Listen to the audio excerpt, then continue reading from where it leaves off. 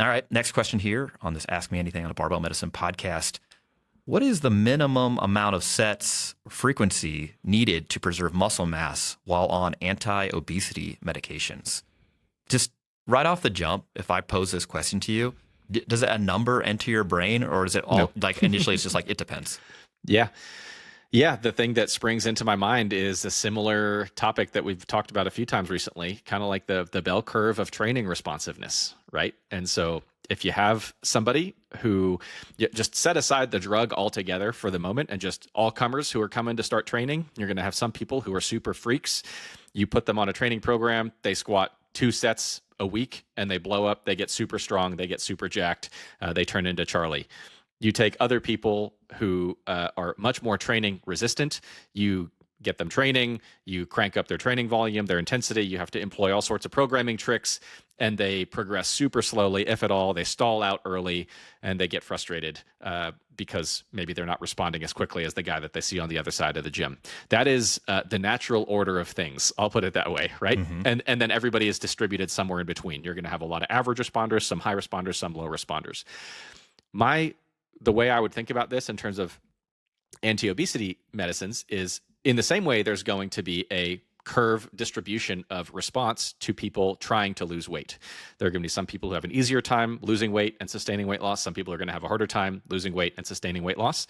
The anti-obesity medicine, like Ozempic or any of these other ones that are popular, of course, at the moment, will just shift that curve to make it easier for more people to achieve and maintain clinically significant weight loss, right?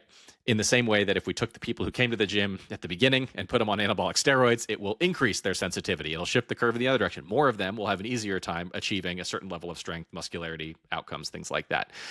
And so when it comes to this question more directly now, how much training do you need to preserve muscle mass while on an anti-obesity medicine?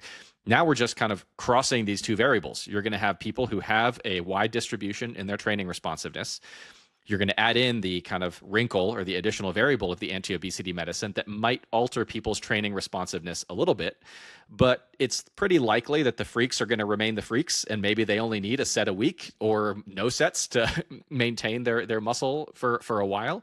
And there are going to be some people who need to train a lot more if they want to maintain their strength and muscle mass. And unless you already have a sense of that beforehand, based on your training responsiveness before you started on the medicine, you're unlikely to otherwise have a great sense of that when you start the medicine. And it's going to be something you can only figure out and determine kind of in retrospect. Yeah, I'm thinking about like a study design where you could actually like come up with some sort of normalized data, like, hey, on average, this is what you'd need, and here's the range, right? So you would have people who are untrained, right? They've not been exposed to resistance training recently, so maybe for the last year or two, because I think we would both agree that it's improbable that somebody starting an anti-obesity medication like Wegovy, semaglutide, Zepbound, whatever, for them to preserve as much muscle mass as possible without resistance training. Like you're going to have to do some.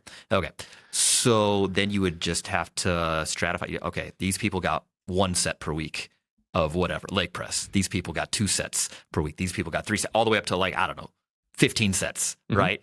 And what I would expect to see is a sort of graded response where you like get up to some sort of maximum, like, wow, these people on average are preserving the maximum amount of muscle mass, perhaps even building new muscle mass, yes, gaining muscle mass, particularly if they're untrained before.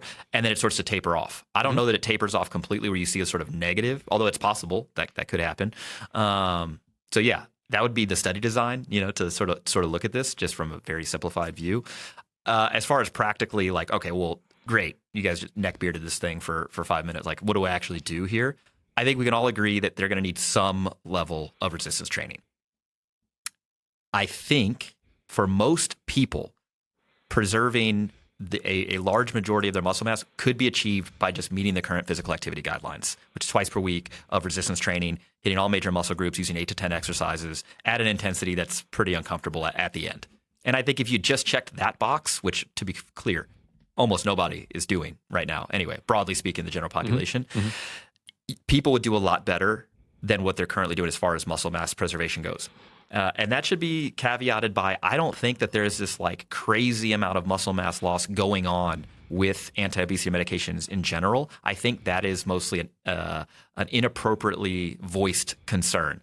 What's really happening is people are losing more weight than they ever would have been able to lose with lifestyle change alone. And there's a proportional amount of lean body mass loss that comes with that. As you lose more weight, you will lose more lean body mass. But not all of that is skeletal muscle mass. It's just anything that's not fat. So water, glycogen, various sort of protein and other tissues, and sure, some skeletal muscle mass.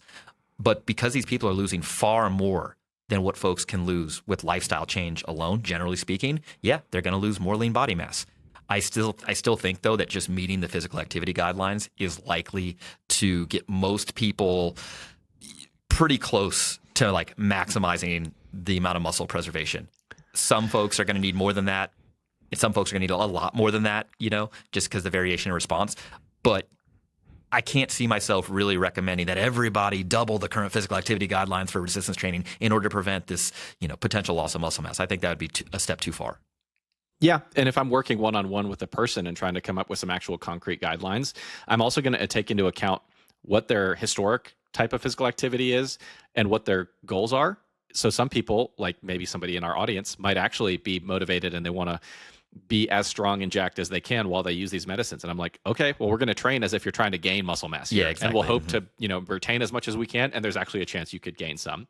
And other people who might be like, look, I hate lifting weights and I'm willing to do the bare minimum. Just tell me what that bare minimum is. At which case I'm going to, just like I would starting anybody else out who's untrained, I'm going to start them low and then see how much I can negotiate with them over time. Mm-hmm. Maybe they find they don't hate it as much as they thought. Maybe they're willing to do a little bit more than they thought once they enjoy some of the benefits, and maybe not. And I'll try to settle out at what's the highest amount that I can get them to that they're willing to tolerate. Maybe that's, 4 sets a week across 2 sessions.